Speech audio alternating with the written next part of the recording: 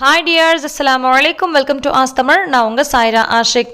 இன்றைக்கி நம்ம சாதம் குழையாமல், கஞ்சி சேராமல், வெறப்பாக வேகாத மாதிரி இல்லாமல், நல்ல உதிரி உதிரியாக பூ போல் தனித்தனியாக சாதம் வெந்து வர மாதிரி சாஃப்டாக சாதம் வைக்கிறது எப்படி அப்படின்னு தான் பார்க்க போகிறோம்.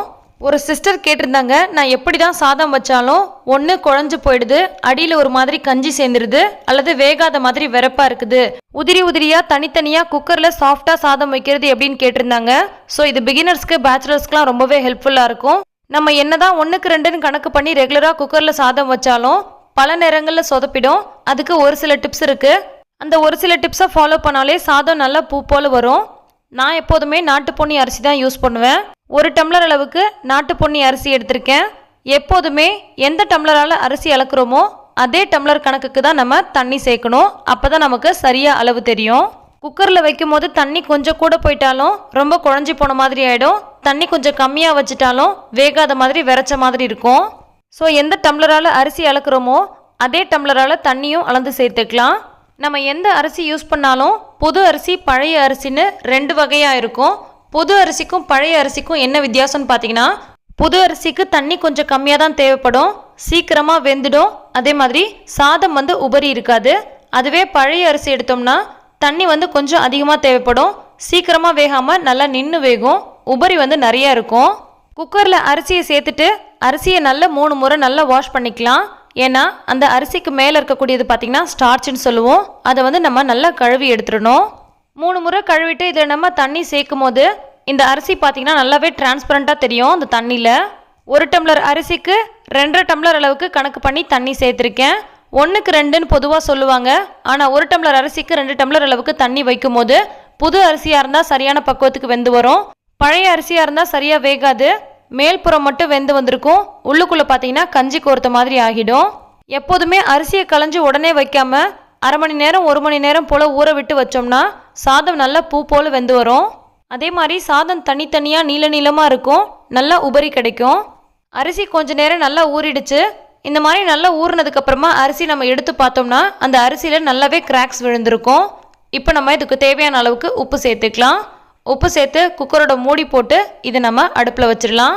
நிறைய பேர் குக்கரில் சாதம் வைக்கும் போது ஹையில் வச்சு 3 விசில் விட்டு ஆஃப் பண்ணிடுவாங்க. ஆனால் அந்த மாதிரி செய்யக்கூடாது. மிதமான தீயில வச்சு நம்ம வேக வைக்கும் போது தான் சாதம் சரியான பக்குவத்துக்கு நல்லா நிதானமாக வெந்து வரும். மீடியம் டு ஹை ஃப்ளேமில் வச்சு வேக விட்டுக்கலாம். அதே மாதிரி குக்கர் ஓரளவுக்கு நல்லா சூடானதுக்கப்புறமா குக்கரோட விசில் போட்டுக்கலாம். இப்போ நம்ம 3 விசில் போல் விட்டாச்சு. 3 விசில் விட்டதுக்கப்புறமா நல்ல சிம்மில் வச்சு அடுத்த விசில் வரும் இல்லையா, அதுக்கு முன்னாடியே நம்ம ஆஃப் பண்ணிடலாம். இந்த மாதிரி செய்யும் போது சாதம் பர்ஃபெக்டாக வெந்து வரும். இப்போ ப்ரெஷர்லாம் அதுவாகவே போனதுக்கப்புறமா இதை நம்ம ஓப்பன் பண்ணி பார்க்கலாம். ப்ரெஷர் போகிறதுக்கு முன்னாடியே நம்மளே அந்த விசிலை 10 தடவை தூக்கி தூக்கி எடுத்துட்டோன்னா அது சரியான பக்குவத்துக்கு வராது. நான் இந்த வேலையை நிறைய முறை செய்வேன். நீங்களும் செய்வீங்களா அப்படின்னு கீழே கமெண்ட் பண்ணுங்கள். பாருங்கள், சாதம் எந்த அளவுக்கு நல்ல உதிரி உதிரியாக தனித்தனியாக சாஃப்டாக பூ மாதிரி வெந்து வந்திருக்குன்னு. நான் சொன்ன எல்லாமே சின்ன சின்ன டிப்ஸ் தான். ஆனால் இதை ஃபாலோ பண்ணி செய்யும் போது வடித்த சாதம் மாதிரியே நம்ம குக்கர்லேயும் செய்ய முடியும். ஸோ குயிக்காகவே வேலை முடிஞ்சிடும். ஒரே ஒரு பருக்க சாதத்தை எடுத்து இந்த மாதிரி கைகளால் வச்சு நசுக்கணுன்னா நல்லா நசுங்கணும். அப்போ தான் நமக்கு நல்லா வெந்து வந்திருக்குன்னு அர்த்தம். இப்போது மேலெல்லாம் நல்லா வெந்து வந்திருக்கு. சரி, நம்ம அடியில் எப்படி இருக்குன்னு பார்க்கலாம். குக்கரோட அடியிலையுமே பாருங்கள், கொஞ்சம் கூட தண்ணி கோர்க்காமல் நல்லா ட்ரையாக சூப்பராக தனித்தனியாக வருது. பழைய அரிசி எது புது அரிசி எதுன்னு கண்டுபிடிக்கிறதுக்கு சிரமமாக இருந்தால் ஒரு சிப்பம் அரிசி வாங்குறீங்கன்னா ஃபஸ்ட்டு நாள் 1க்கு 2ன்னு தண்ணி வச்சு எப்படி இருக்குன்னு பாருங்கள். சாதம் வரையாக இருக்கிற மாதிரி இருந்தால் 1க்கு 2 தண்ணி வச்சு செஞ்சுக்கோங்க. பொதுவாக குக்கரில் சாதம் வைக்கும் போது செஞ்ச உடனே சாப்பிட்டா நல்லாயிருக்கும். கொஞ்சம் ஆறி போயிடுச்சுன்னு சொன்னால் கெட்டி கெட்டியான மாதிரி இருக்கும். ஆனால் இந்த டிப்ஸ் எல்லாம் ஃபாலோ பண்ணி செய்யும் போது கொஞ்சம் அதிக நேரத்துக்கு நல்லா உதிரி உதிரியாகவே இருக்கும். ரொம்ப நேரத்துக்கு நல்லா உதிரி உதிரியாக சாஃப்டாக இருக்கணும்னா சாதம் வச்சு எடுத்த உடனே இந்த மாதிரி ஒரு ஹாட் பாக்ஸ்க்கு மாற்றிட்டு இதை நீங்கள் க்ளோஸ் பண்ணி வச்சுக்கோங்க. அப்போ ரொம்ப நேரம் ஆனாலும் நல்லா சாஃப்டாகவும் உதிரி உதிரியாகவும் இருக்கும். சமைக்க தெரியாதவங்களுக்கு, புதுசாக சமைக்கிற பிகினர்ஸ்க்கு, பேச்சுலர்ஸ்க்குலாம் இந்த டிப்ஸ் ரொம்பவே ஹெல்ப்ஃபுல்லாக இருக்கும்.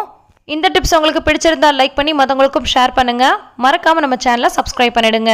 நன்றி.